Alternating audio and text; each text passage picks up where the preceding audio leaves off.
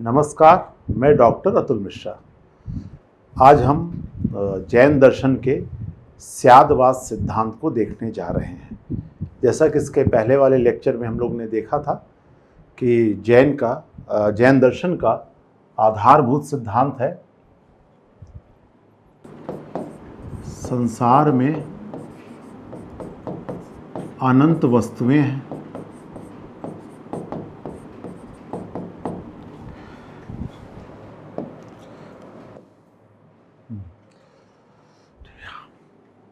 यह एकांतवाद सिद्धांत है जिसका आधार इसके पहले वाले लेक्चर में हम लोगों ने देखा था कि संसार में अनंत वस्तुएं हैं और फिर क्या है, अनंत उनके धर्म या गुण हैं। ठीक, तो ये सिद्धांत इनका तत्व की व्याख्या कर रहा है।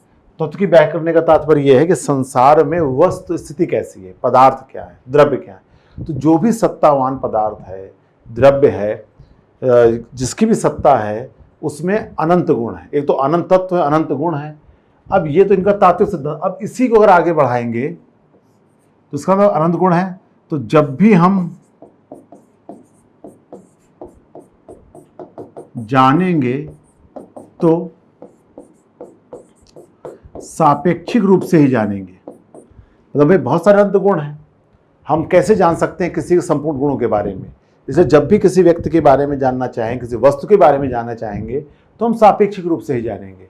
और फिर तो ये जो सापेक्षिक ज्ञान है, यही इनका सिद्धांत स्यादवाद कहलाता है, जो आज का हमारा विषय है। ठीक, तो ये इनका तत्व संबंधी सिद्धांत है और ये इनका ज्ञान संबंधी सिद्धांत माना जाता है। इसलिए कहते हैं कि ये समस्त ज्ञान सापेक्षिक होता है। यह सिद्धांत मानने वाला सिद्धांत जो कथन है वो स्यादवाद कहलाता है। जैन दर्शन में ने इस बात को बहुत अच्छी तरह से रखा है कि संसार में हर व्यक्ति दावा करता है कि मेरा ही मत अंतिम सत्य है। लेकिन जब उसको व्यापक ज्ञान होता है और थोड़ा सा उसका ज्ञान का स्तर बढ़ता है तो उसको इस बात का एहसास हो जाता है कि नहीं, उसका ज्ञान तो बहुत सीमित रूप में ही सत्य होता है। हम जीवन में भी देखते हैं, एक व्यक्ति के तौर पर अगर कोई व्यक्ति है, किसी का भाई है, एक दृष्टिकोण से भाई है, दूसरे दृष्टिकोण से वह किसी का चाचा हो सकता है। एक दृष्टिकोण से कोई बहन है, दूसरे दृष्टिकोण से किसी की मौसी हो सकती है। तो व्यक्ति एक ही होता है, देखने के दृष्टिकोण पे अंतर पड़ता है। तो समस्त संभावना ये होती है कि आप किस दृष्टिकोण से चीज़ों को जानना चाह रहे हैं। और जब भी एक सामान्य व्यक्ति, जो कैवल्य ज्ञानी है उनकी बात तो अलग है, लेकिन जो सामान्य व्यक्ति है उसका आधार सापेक्षिक ही होगा। वो चाहे जितना प्रयास कर ले, जब भी किसी वस्तु के गुण, मान लो एक गुण को जान लिया, दो गुण को जान लिया, तो समस्त ज्ञान को आप नहीं जान सकते। इसलिए हर ज्ञान सापेक्षिक होता है।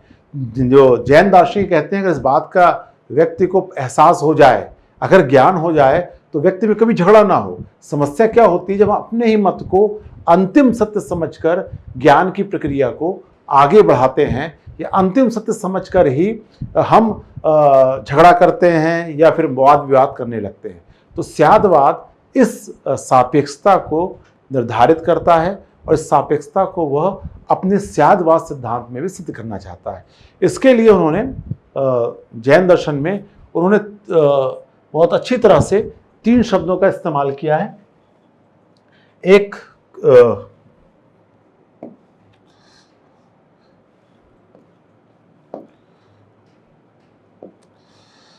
पहले कहते हैं कि जब हम अक्सर क्या होता है, जिसे कहते हैं कि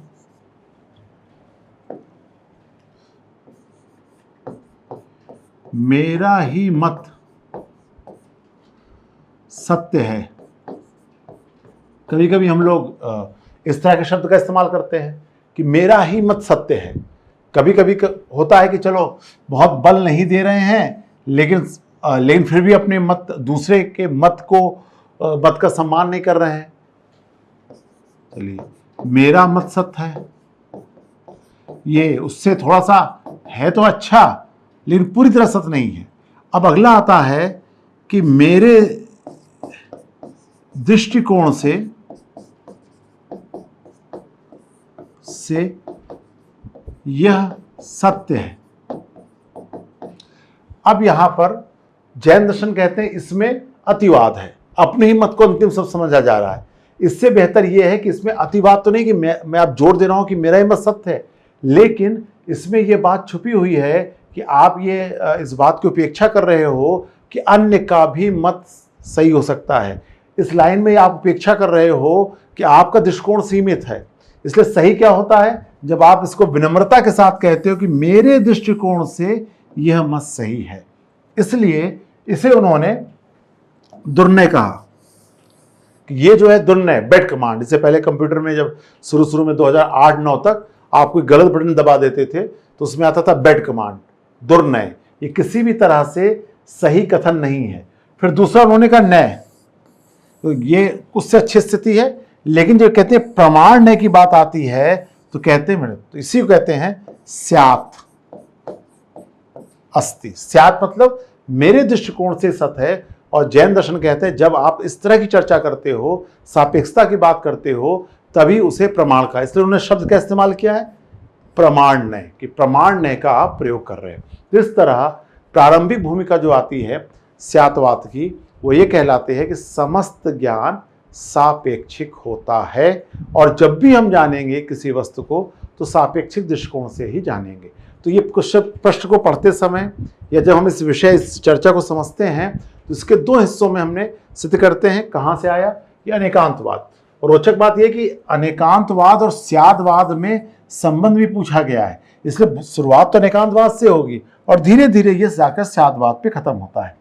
अब इसके अगले हिस्से में देखें कि भाई अब जब आपने सिद्ध कर दिया कि समस्त ज्ञान सापेक्षिक होता है, तो अब सापेक्षता का निर्धारण कैसे होगा। क्या यहां से हम सवाल पहुंचा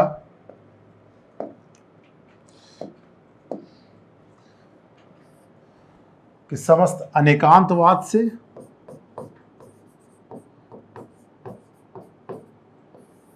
हम यहां पर स्यादवाद पर आ गए।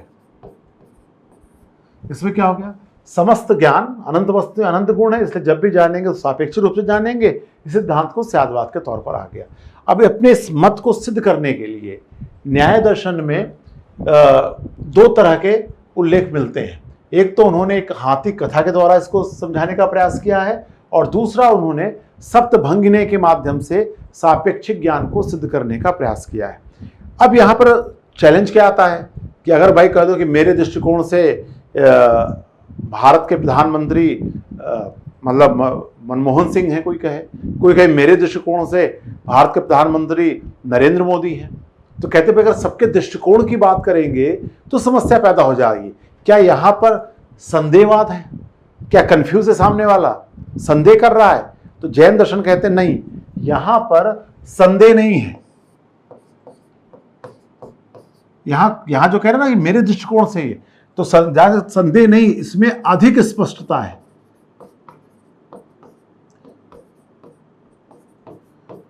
इसको हम लोग समझ सकते हैं। जिस संदेह करने को किस तरह हो सकता है, जिस संदेह करने कि यार मुझे पता नहीं भारत का प्रधानमंत्री कौन है।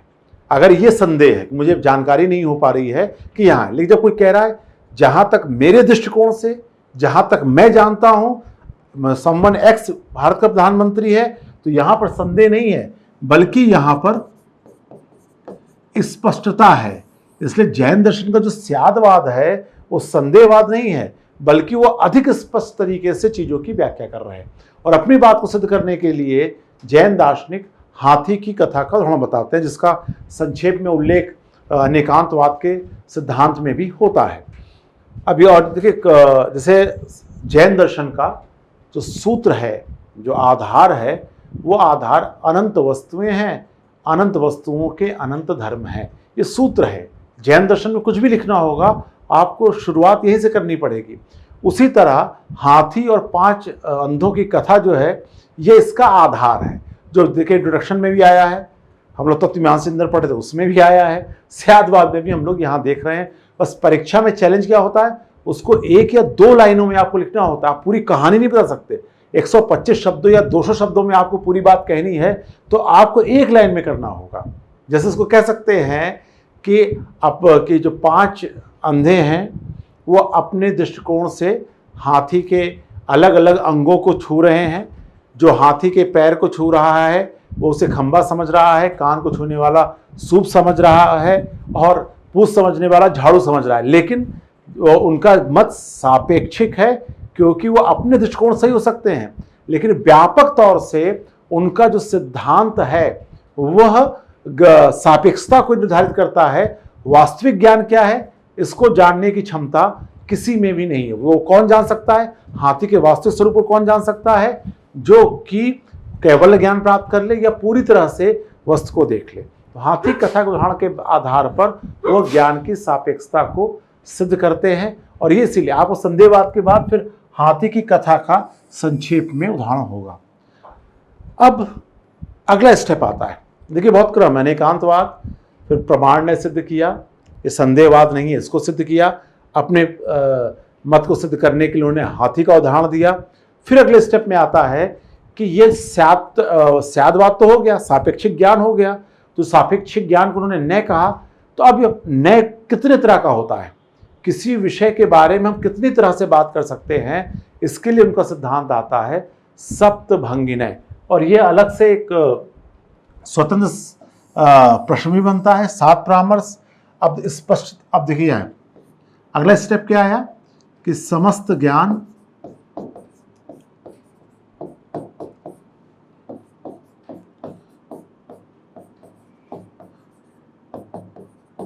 सापेक्षिक है। समस्त ज्ञान सापेक्षिक है, और यह सापेक्षिक ज्ञान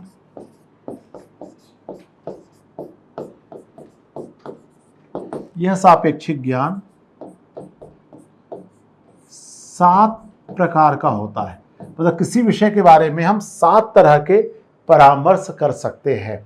अब यही 7 तरह के परामर्श सप्तभंगिनय, मतलब 7 तरह के दृष्टिकोण। ये पूरा अलग से एक प्रश्न भी बनता है, लेकिन यहां पर एक बार IAS में सवाल पूछा गया कि अनेकांतवाद और सप्तभंगिनय में संबंध।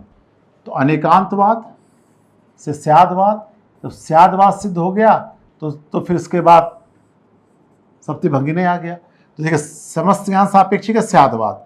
संसार में अनंत वस्तु अनंत गुण, अनेकांतवाद। तो संसार में अनंत वस्तु अनंत गुण है, अनेकांतवाद। इसे समस्त ज्ञान सापेक्षिक है, स्यादवाद। और यह सापेक्षिक ज्ञान 7 तरह के होता है, सप्तभंगिनय। तो इस तरह ये अलग से स्वतंत्र प्रश्न भी बनता है, साथ में हमें समझने में भी ये आसान पड़ता है। अब देखिए सप्तभंगिनय, यद्यपि आलोचना काफ़ी होती है इनके सप्तभंगिनय को लेकर, लेकिन इसके दृष्टिकोण को समझना चाहिए। जैसे इसको एक छोटा उदाहरण ले सकते हैं कि अगर किसी व्यक्ति के बारे में निर्णय करना हो, जैसे मान लें मेरे बारे में निर्णय करना है, तो एक दृष्टिकोण अगर कोई मुझसे पूछेगा कि मैं फिलॉसफी पढ़ा सकता हूं, तो मैं कहूँगा हाँ अस्ति, मैं फिलॉसफी पढ़ा सकता हूँ। दूसरा कोई कहेगा आप इतिहास पढ़ा सकते हैं, मैं कहूँगा इतिहास नहीं पढ़ा सकते, नास्ति नहीं पढ़ा सकता। इसका मतलब क्या हो गया कि मैं इतिहास फिलॉसफी पढ़ा सकता हूँ, इतिहास नहीं पढ़ा सकता। ये तीसरा स्टेप हो गया। लेकिन आप अगर मुझसे पूछोगे आप क्या कर सकते हो, तो भाई मैं बता नहीं सकता। दुनिया में इतने लाखों तरीके के काम हैं, बहुत सारी चीज़ें पढ़ाने के लिए है। अगर आप दृष्टिकोण का उल्लेख नहीं करोगे तो अवक्तव्यम, मैं कुछ भी नहीं कह सकता। देखिए 7 तरह के, एक जब तक दृष्टिकोण का उल्लेख नहीं होगा तब तक आप किसी विषय के बारे में कथन नहीं कर सकते। फिर उसके बाद फिर अगला स्टेप क्या आ गया कि मैं फिलॉसफी पढ़ा सकता हूँ, और अगर आप दृष्टिकोण का उल्लेख नहीं होगा तो मैं कुछ भी नहीं कह सकता। फिर इसका मतलब क्या हो गया, मैं अगला स्टेप, मैं इतिहास नहीं पढ़ा सकता हूँ, और दृष्टिकोण का उल्लेख नहीं होगा तो मैं कुछ भी नहीं कह सकता हूँ। और अंतिम में क्या हो गया, मैं फिलॉसफी पढ़ा सकता हूँ, इतिहास नहीं पढ़ा सकता हूँ, और अगर दृष्टिकोण का उल्लेख नहीं होगा तो मैं अपने बारे में कुछ भी नहीं कह सकता हूँ। तो यही सरल सा सप्तभंगिनय है, 7 तरह के परामर्श हैं जिनका उल्लेख। देखिए स्यात् अस्ति, एक दृष्टिकोण से मैं दर्शन शास्त्र पढ़ा सकता हूं। स्यात् नास्ति, मैं इतिहास नहीं पढ़ा सकता। इसका अर्थ क्या हो गया कि स्यात् अस्ति च नास्ति, मतलब मैं फिलॉसफी पढ़ा सकता हूं, इतिहास नहीं पढ़ा सकता। अगर दृष्टिकोण का उल्लेख नहीं है अवक्तव्यम, भाई कुछ नहीं कह सकता। और आप मुझसे कहते सर आप क्या पढ़ा सकते हो, तो अब मैं कुछ नहीं बता सकता। इसे किसी व्यक्ति के बारे में आप एक दृष्टिकोण से पूछोगे कि भाई ये आप क्या हैं, अब भाई आप किसी के पिता हैं, किसी के भाई, ये तो कह सकता है, लेकिन आप ऐसे पूछो आप क्या हैं, तो बताना मुश्किल हो जाएगा। तो ये 4 तरह के अब इन्हीं 4 तरह से आगे के 7 बनते हैं। फिर स्यात्, अब जुड़ रहा है, देखिए अस्ति, मैं फिलॉसफी पढ़ा सकता हूं, अगर दृष्टिकोण का उल्लेख नहीं होगा तो च अवक्तव्यम हो गया। फिर अगला क्या है, स्यात् नास्ति च अवक्तव्यम हो गया।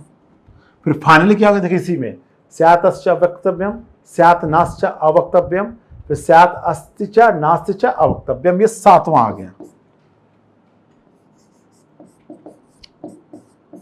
अस्ति च नास्ति च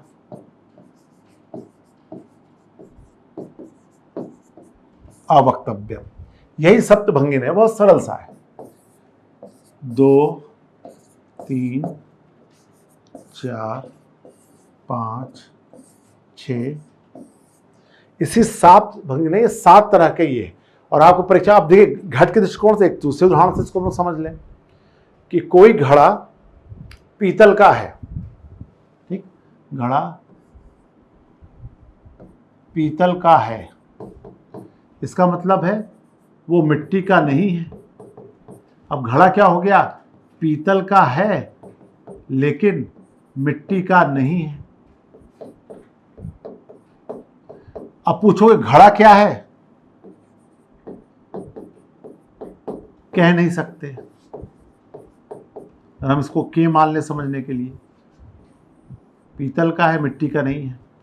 अब इसी को अवक्तव्यम, ठीक, अब ये है, अब इसी में अब आ गया क्या, अस्ति च अवक्तव्यम, पीतल का है लेकिन दृष्टिकोण का है, कह नहीं सकते। नास्ति, मिट्टी का नहीं है, तो अगर दृष्टिकोण का उल्लेख कह नहीं सकते, इसका मतलब है कि वो पीतल का है, मिट्टी का नहीं है और दृष्टिकोण का उल्लेख नहीं है, तो हम कुछ नहीं कह सकते।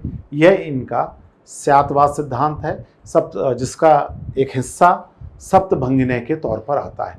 अब इसी सप्तभंगिनय की तुलना जो है, ये इनका पक्ष था। अब देखिए परीक्षा में कितना सरल है, आपके 4 स्टेप को अलग अलग समझाते हुए आगे चलना है। इसलिए मैं अक्सर कहता हूं कि फिलॉसफी क्या है, जैसे आप प्रमेय सिद्ध करते हैं, कक्षा 9-10 से पढ़ाना शुरू किया सकता है, एक एक स्टेप की बात को लेकर सिद्ध, इसमें 8 तरह के तर्कों का इस्तेमाल है, 4 अलग अलग पॉइंट्स में है। अब फाइनली आपको अपनी बात खत्म करने से पहले आपको तुलना करानी पड़ती है। वेस्टर्न फिलॉसफी में सोफिस्ट फिलॉसफर हुए हैं जो कि संशयवादी थे। सोफिस्ट फिलॉसफरों का उल्लेख माना जाता है कि इन्हें संशयवाद के तौर पर पहचानते हैं। सोफिस्ट वेस्टर्न फिलॉसफी में जब आप पढ़ते हैं तो प्लेटो और अरस्तु से के जब आप पढ़ेंगे तो आपको उसी के साथ साथ उसके पृष्ठभूमि के तौर पर सोफिस्ट फिलॉसफरों का जिक्र मिलता है।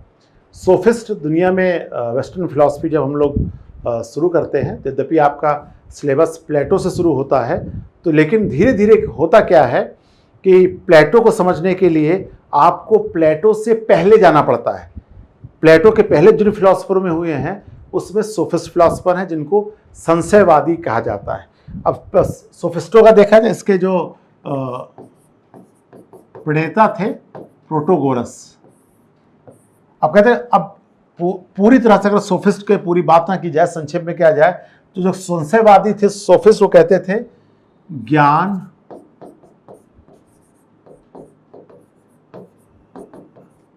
असंभव है। अब देखिए ज्ञान असंभव मतलब वास्तविक ज्ञान का मतलब यहां पर वास्तविक ज्ञान असंभव है, ये प्रोटोगोरस कहते थे। लेकिन यहां पर जैनी ऐसा नहीं कह रहे हैं। प्रोटोगोरस ने कहा था ज्ञान असंभव है, समस्त ज्ञान मेरे दृष्टिकोण के अनुसार हो सकता है कोई सही हो सकता है दूसरे के अनुसार वह चीज गलत हो। तो ये सिद्धांत यहां नहीं कह रहे, यहां पर संशयवाद, जैसे इसके पहले जिक्र किया था, ये संशयवादी थे जो ज्ञान की संभावना पर प्रश्न लगाते थे। ज्ञान की संभावना पर प्रश्न चिन्ह लगा दिया इन्होंने कि वास्तविक ज्ञान नहीं मिल सकता, आप चाहे इतना प्रयास कर लो। लेकिन यहां पर जैन चिंतक बिल्कुल भी भ्रम में नहीं है, ना उनको संदेह है, बल्कि संदेह के बजाय वह सापेक्षिकता की बात कर रहे हैं या फिर दृष्टिकोण की बात कर रहे हैं। तो यह सापेक्षता और यह दृष्टिकोण की बात हो रही है, इसलिए इनको संशयवादी नहीं कहा जा सकता, ना और सोफिस्ट, और ना ही इनको सोफिस्ट फिलोसफरों की तरह ये कह सकते हैं कि ज्ञान की संभावना पर प्रश्न लगा रहे हैं। परीक्षा के दृष्टिकोण से भी तो मेरे ख्याल में एक या दो बार तुलना पूछी गई है, क्या इनका स्यादवाद संदेहवाद है। तो शुरू में ऊपर उल्लेख संदेहवाद का आया था, लेकिन मुख्यतः यहाँ पर जो तुलना की जाती है, जैसे मैंने सुना तुलना कब की जाती है, विषय का स्पष्टीकरण करने के लिए तुलना करते हैं। तुलना का मतलब ही ये होता है कि आप विषय को समझा दें। जैसे अगर स्यादवाद से, अगर सोफिस्ट से तुलना यहाँ नहीं की होती तो हो सकता है कुछ विद्यार्थियों के मन में आ जाता ये तो संदेह कर रहे, संदेहवादी है। इसलिए परीक्षा में हमेशा तुलना विषय का स्पष्टीकरण है। परीक्षा में पूछे चाहे ना पूछे, एक दो लाइनों में अगर जो विषय आपने रखा है उससे संबंधित कोई बात आ सकती है तो आप उसकी तुलना कर सकते हैं। अब आते हैं हम लोग इनके आलोचना पर।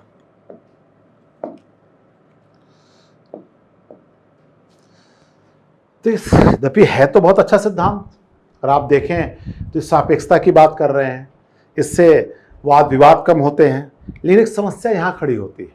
समस्या ये खड़ी होती है कि किसी भी दार्शनिक मत को स्थापित करने के लिए ये जरूरी है कि एक निश्चित तार्किक प्रक्रिया का पालन किया जाए और एक नई ज्ञान की श्रेणी प्राप्त हो सके, एक ज्ञान के रूप में हम किसी को स्वीकार कर सकें। अगर समस्त ज्ञान सापेक्षिक है तो फिर हम ज्ञान को परिभाषित कैसे करेंगे? कहीं तो जाकर रुकना पड़ेगा। मान लो आप इंटरव्यू में हो बैठे हो और आपसे पूछा जाए कि चलो सरल सा सवाल कि भारत की राजधानी क्या है, तो आप कहोगे कि मेरे दृष्टिकोण से नई दिल्ली है। इसका मतलब क्या हुआ? किसी और दृष्टिकोण से कुछ और हो सकता है क्या? तो क्या इसमें सबसे बड़ी समस्या ये आती है कि सापेक्षिक ज्ञान की तो बात होती है, लेकिन इसका नुकसान क्या होता है कि हम किसी की जो सत्यता है वो काफी जटिल हो जाती है।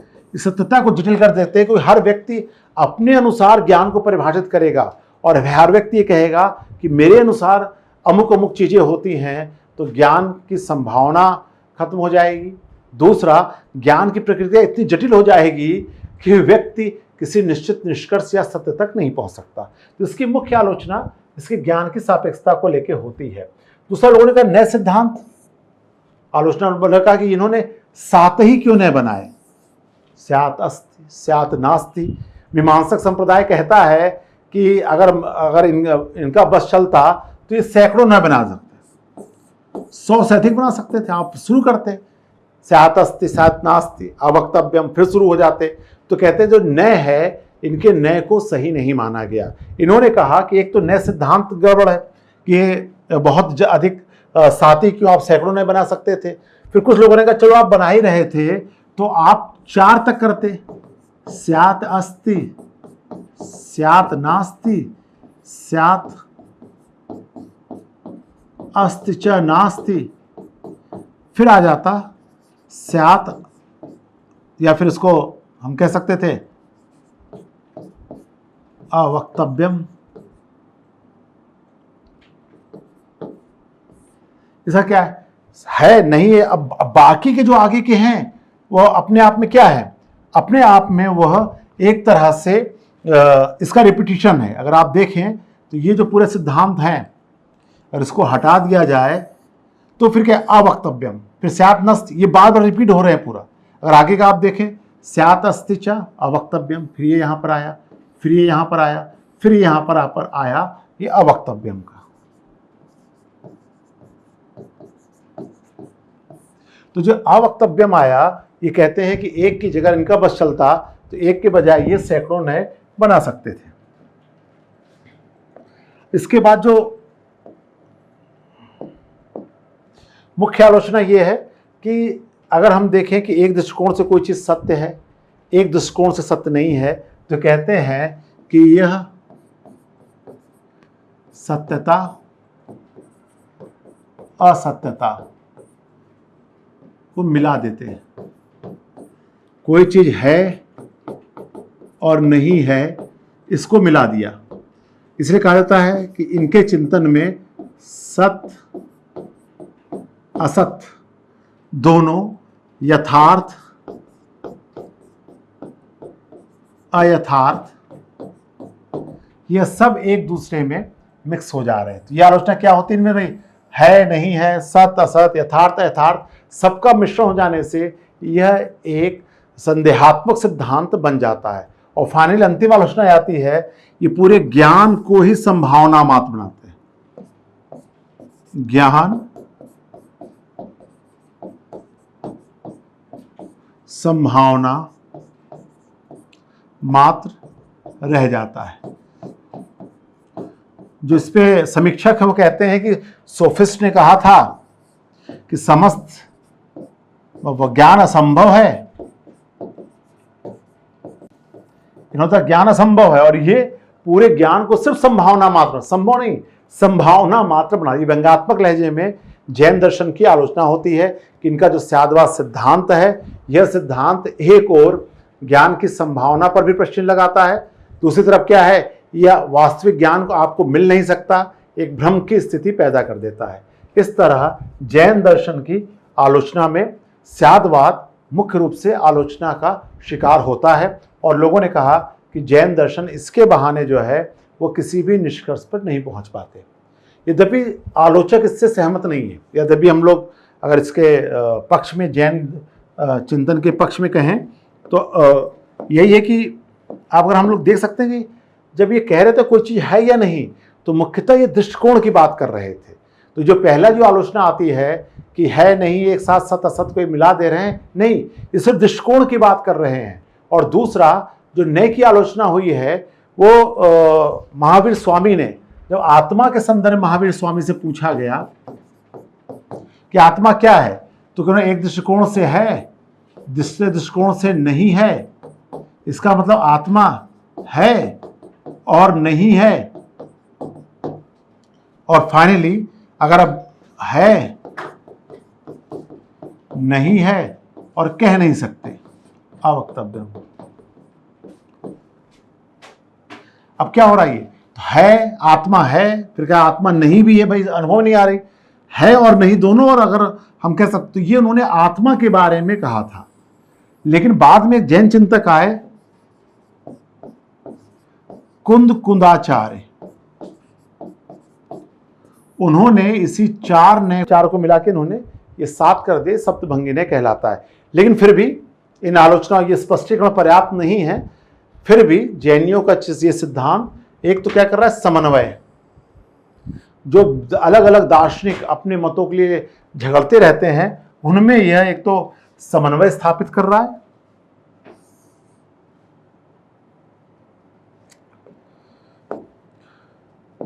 दूसरा देखिए समन्वय और यह सस्तित्व, एक साथ विरोधी मत